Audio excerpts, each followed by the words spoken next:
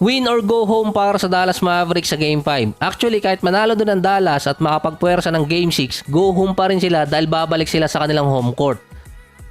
Nung na 0-3 ang Dallas, milagro at magic yung kailangan nila. Akalain mo may nagkatotoo pa doon. 5 3-point shot at 15 points para kay Tim Hardaway. Nalinya pa siya bigla kina Steph at Ray Allen na may ganong stats sa NBA Finals.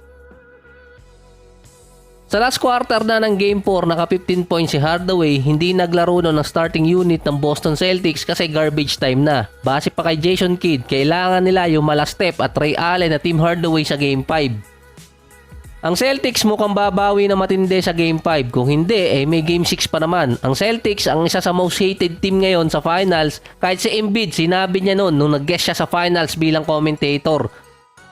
So based sa mga write-ups na kaya ayaw ng ibang mga fans sa Celtics dahil din sa fanbase naman ng Boston. Kasi merong rivalry doon. Kahit nga yung mismo mga fans ng Celtics nag-aaway pa. Yung iba naman doon kaya ayaw nila sa Celtics dahil magiging masaya si Paul Pierce. Pero yung Celtics kasi dumaan din naman sila sa tamang process. Dalawang players nila galing sa kanilang mga draft tapos mga trades na nangyari pa. Parang panahon na rin sa Celtics na mag-champion dahil ang tagal na rin naman nila naglalaro sa conference finals. Ang most hated player naman sa Dallas para sa mga Celtics fans ay si Kyrie pa rin. Talagang hindi makamove on. After ang championship, pwedeng mag-guest to sa Showtime. Ang pinagmulan di umano ng breakup ni Kyrie at ng Boston ay nung game ng Celtics versus Magic noong 2019 nang hindi pinasa ni Gordon Hayward ang bola kay Kyrie at ipinasa dito kay Jason Tatum. Sa game na to nakikitang nainis si Kyrie Irving dito kay Gordon Hayward. Ang ginawa kasing play nun, nasa midcourt si Kyrie, si Tatum naman ang pinakamalapit kay Hayward, nag-cut pa para makareceive ng bola. 2.9 seconds na lang yung natitira nun. Safe play kasi yung ginawa ni Gordon Hayward. Matapos ang game na yun ng Magic at Celtics, dito nag-iba si Kyrie sa Boston. Sinabi naman ni Tatum na magiging mas maingay sa Game 5 sa home court ng Celtics dahil papasok ng Game 5 si Kyrie 0-7 sa TD Garden. Hostile territory talaga yon para sa kanya. Binanggit din naman ni Kyrie sa interview na may kasalanan din naman siya doon kung bakit galit sa kanya yung mga fans ng Boston.